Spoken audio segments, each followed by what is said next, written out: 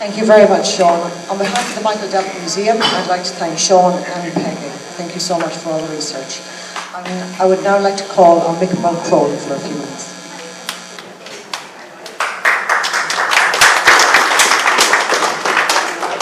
How are you all doing, all you East Siders? I was born on the West Side. I don't live in Cleveland anymore, and we often came out Lakeshore Boulevard, but we never got past Euclid Beach, so I'm delighted to finally be here. Okay? Now, as Pat Chambers and Sean have alluded to, the jar was kind of like an Irish time capsule, and there was a range of documents there. We don't have enough time to even list them. But every document has a story to tell, and we're going to focus, well, I'm going to follow up on what Sean had to say about the letter and the letter writer and the times that were in it. And as Sean and Pat reported, the letter was written 100 years ago. And it was written from Cleveland by John Chambers to Thomas Mulchrone back home, his old neighbor and friend and comrade. They were both in two different continents, deeply involved in the struggle for an Irish Republic. And the letter itself offers a small window into the lived experiences, the thoughts and feelings of the immigrant Irish in Cleveland during a very tumultuous and transformative time in the history of Ireland, the history of modern Ireland. Well, the letter reveals how the Cleveland Irish, the Mayo Irish in Cleveland, provided powerful and unrelenting support to the anti-colonial struggle in Ireland at a time when the status of the Irish in America and in Cleveland was very tenuous. The Irish did not have a secure place yet in America. And it also shows on another level that the Cleveland Irish maintained a strong emotional connection to the people that they had left behind, their friends and neighbors and relations back in the west of Mayo. And they still saw themselves as one close community, albeit a community that was separated by thousands of miles of land and ocean. Now, as was reported by Pat and Sean, the letter was written during the Civil War, so to get some understanding of what the letter has to say about the lived experiences of the Irish in Cleveland, it's important to look at a bit of context of what the Civil War was about. And basically, it was a war. It was a battle over the treaty that had been negotiated with Great Britain. Those who supported the treaty believed it would provide, in the words of Michael Collins, a stepping stone to an Irish Republic, even if it meant delaying that, and even if it meant having to deal with the partition of Ireland and a requirement for an oath to the king, to the crown. Those who stood against the treaty believed that they had suffered too much and paid too high a price to allow it to fall short of their goals. And they believed that the treaty betrayed the goals of the Irish Revolution and fell far short of what they were trying to achieve.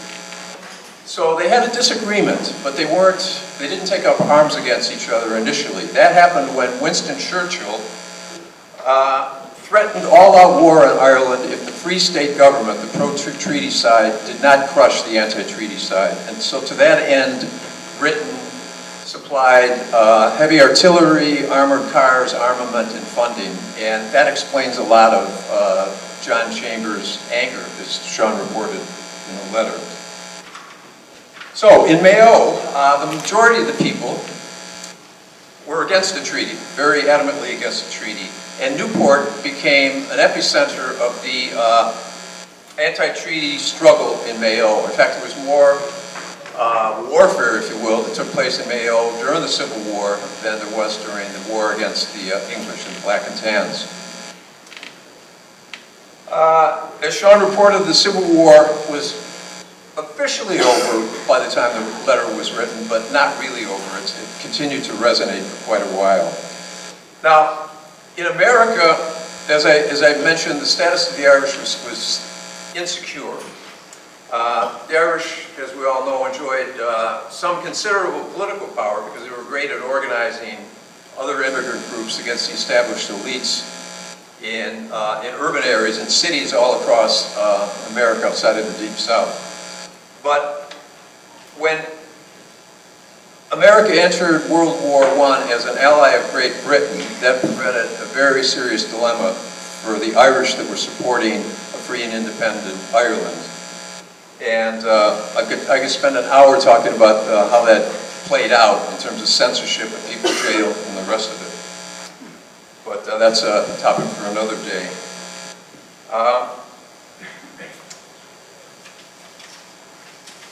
Now the letter itself expresses a range of emotions. There's a great deal of anger, as Sean suggested, at conditions in Ireland and in America in the wake of the end of the Civil War. There's a sense of disillusionment at the failure to win a republic. There's a sense of frustration. There's sadness at the continued suffering of people. And you can read the first paragraph up there, and I'll read an excerpt of that. It'll give you a sense of the flavor of the letter and John Chambers' strong emotions. I'll catch it up. Well, it starts with a reference to the death of Jim Warren. And he was the last man to die in combat for the anti-treaty side in Mayo. And John Chambers writes, as you can read up there, "What a terrible tragedy that Ireland has to lose such brave boys. And the plight of those boys that survive is pitiable. And to think that the cause of justice, honor, and love of Ireland, for which these brave men stand for, is trampled underfoot by those greedy, selfish, bloodthirsty betrayers which claim Ireland as their motherland." He's not mincing his words there. He goes on to talk more personally to Tom, and he says, "I remember saying to you at the gable of our house the morning I said goodbye." That would have been in 1915 when he emigrated to Cleveland. That if I only felt that Ireland would wake up, I would like to be there. And he goes on to say, "I thought that when I'd reach the shores of America, that there I would see nothing Irish but the Irish I would wish. Well, the propaganda had even spread more fully here, and to say a word that Ireland should not help Britain or England was to commence an argument." This would have been during World War I, when a lot of people got in trouble for advocating Irish independence. He also mentions the monetary contributions that the Irish in Cleveland made to the armed struggle. And he notes that in Cleveland alone, I believe $15,000 has been subscribed for Ireland these last 6 or 8 months. These are the months of the Civil War. And $15,000 in today's money would be well over $270,000. So that's a considerable amount of money in a short period of time. He also personalizes that and says that last Christmas he got the boys together who had already made substantial contributions, and he tapped them for more money to buy tobacco for the boys in Mayo. Now, as a historian of this period in Irish history and Irish American history, I felt very privileged to be able to read this letter and excited. So, and have the opportunity to analyze the letter, to reflect upon what it teaches us about what life was like for Irish people in Cleveland in this transformative moment in Irish history. But when I read a reference to Nora Mulchrone, that kind of leapt off the page to me, and it became more personal because I knew Nora when I was a small boy. We called her Aunt Nora, although she wasn't our aunt.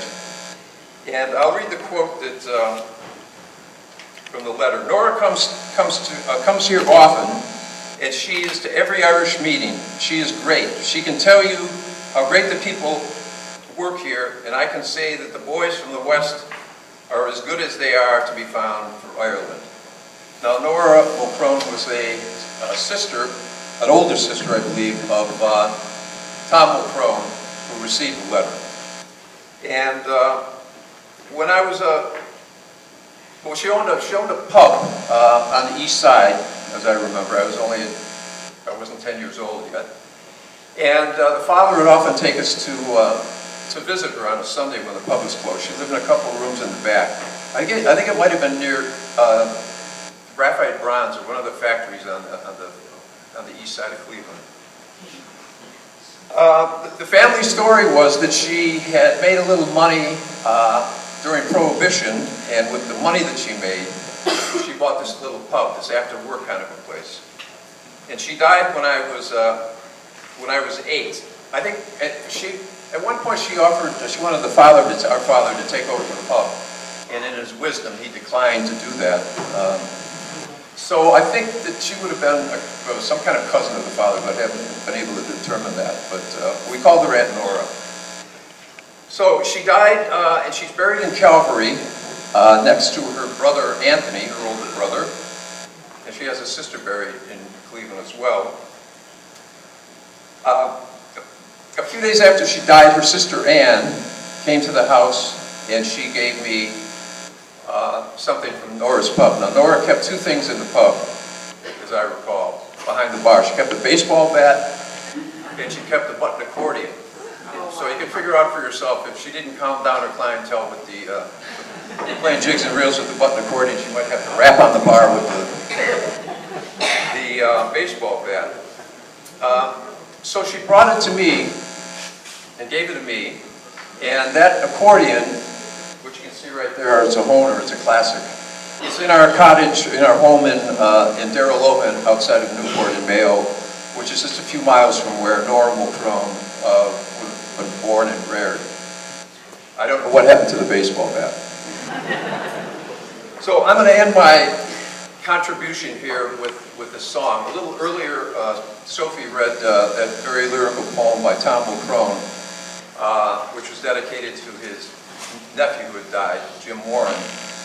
And I'm going to sing a song, the lyrics of which were found in the time capsule, the jar, found on Pat Chambers' land. But I got even before the discovery of the documents, I got the song and the melody of the song from another Chambers, a Billy Ring Chambers. And he died just last year, and he was the last person, I think, in West Mayo that knew the song. We heard it when he was a child. So I'll try and sing it for you now. It was on the 7th day of March in the year of 23. The saddest news that e'er I heard, it was conveyed to me. 'Twas of a soldier young and brave who fought until he died. 'Twas on Glenlara hillside he closed his youthful eyes. Captain Morin was his name, or better known as Jim. That day to meet his comrades he marched into the glen. 'Twas not a fight he did intend, but freedom to pursue. When on the opposite hillside Free Staters came in view. "Oh boys," said Jim, "on yonder hill I see a massive crowd. Free Staters with machine guns and rifles all around. And to retreat is a defeat, but still it must be done. For I can see the Free Staters have us outnumbered 10-1. Into Glen Hest I think it best for us to make our way. And there we'll meet some comrades we won't meet here today." Then up the hill he did advance, and to his great dismay, another column on the hilltop waiting for them lay.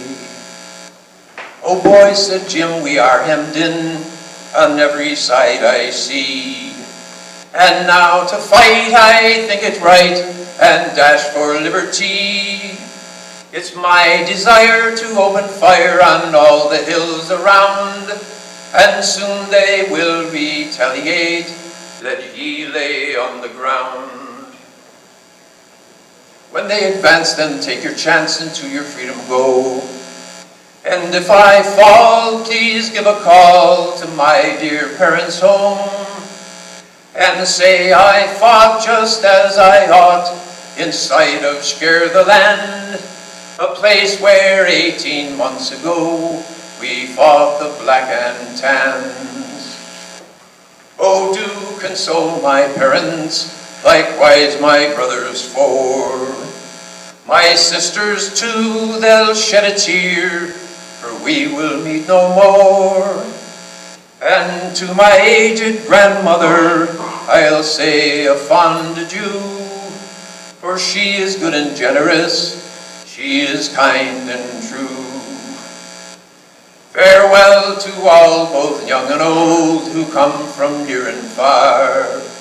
Farewell to my relations who live in Tirana, and to the place that gave me birth I bid a fond farewell, a place they call Schwalaga, a place ye all know well. The sad day of his funeral they came from near and far, and out before his coffin marched his friends from Tirana. The boys were all bareheaded as loudly lashed the rain, and there upon his coffin hung the colors of Sinn Féin. Sinead.